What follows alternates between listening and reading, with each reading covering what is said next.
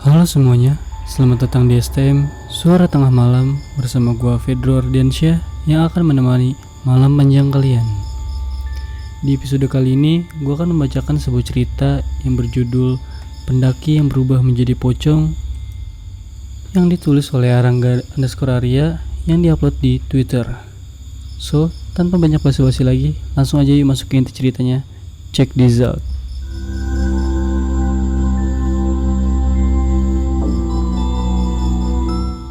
Kalian pasti pernah melihat penampakan, entah secara langsung atau di video. Penampakan itu biasanya ya emang makhluk halus. Lalu, apa kalian pernah lihat manusia yang masih hidup berubah jadi pocong? Ini benar-benar terjadi. Saya saksi hidupnya.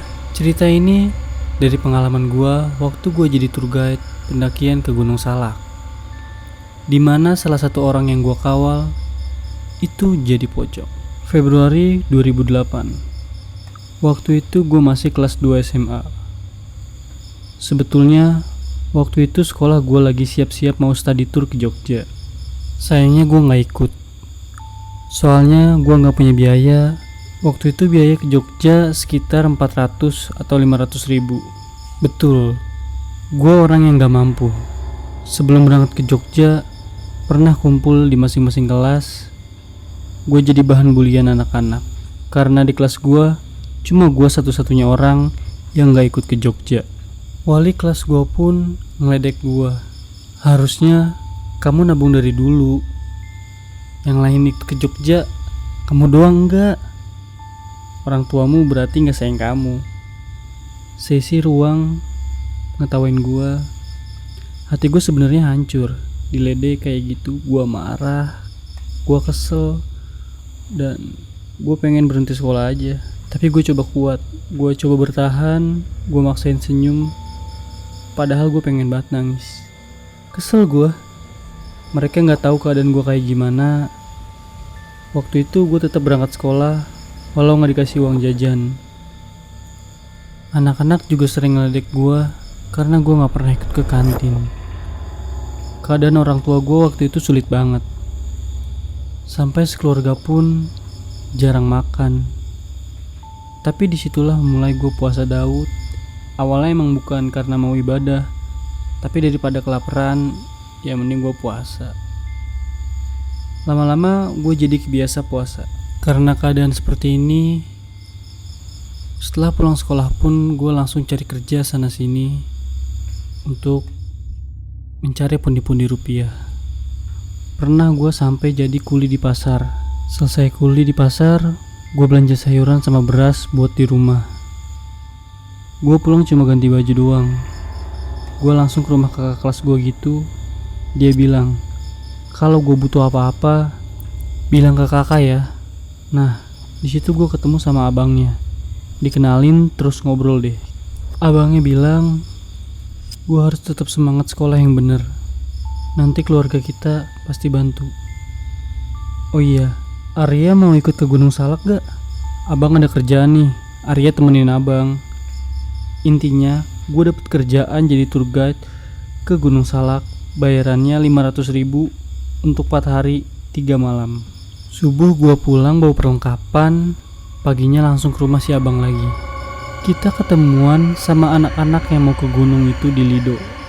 Totalnya ada 9 orang. Gue berdua sama si abang. Yang punya acara ada 7 orang, 4 cowok, 3 cewek. Mereka orang Jakarta. Waktu itu badan gue kecil, jadi gue tukang bawain logistik. Meskipun berat, gue paksain demi uang. Sesekali cewek-cewek yang ikut rombongan tanya, Arya berat gak? Gue senyum sambil bilang, udah biasa kak, padahal berat banget itu. Singkat cerita, kita nyampe gunung jam 5 sore.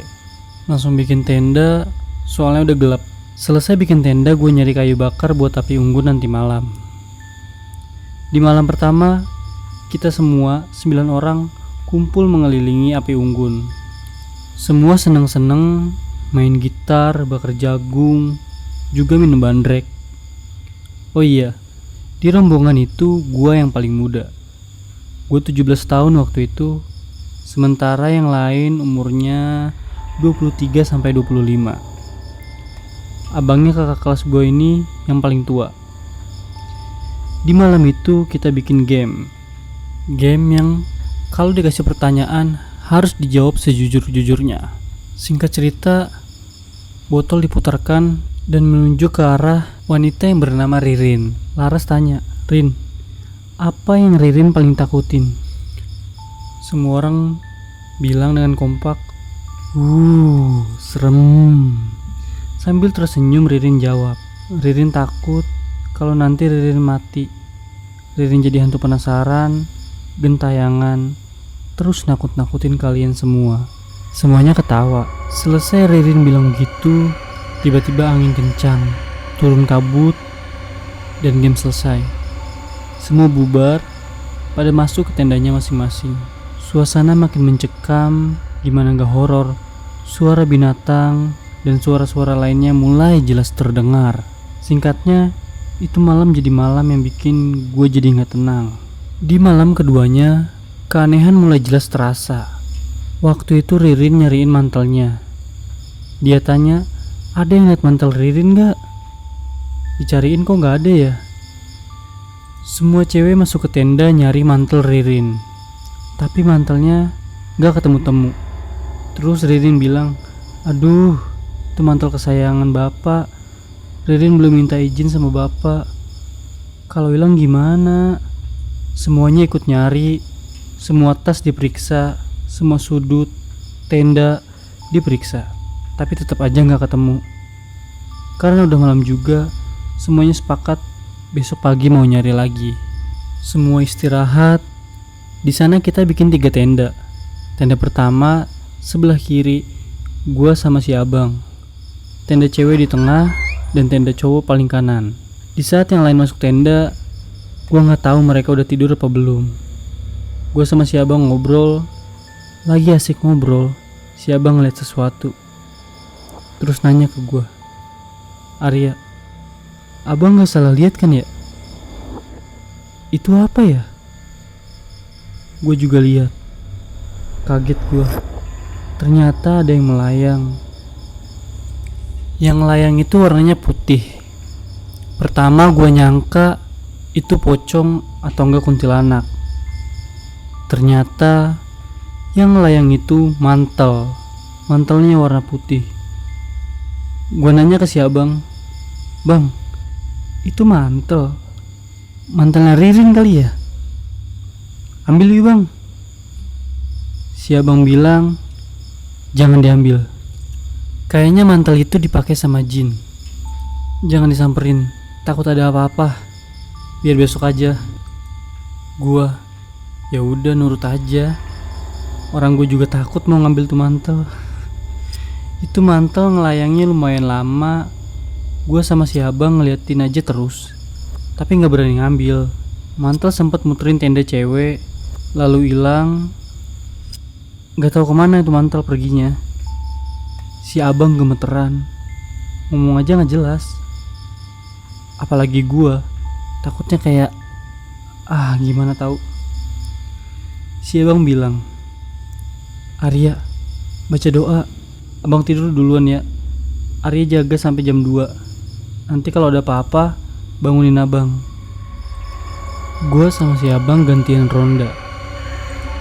Gua jaga pertama.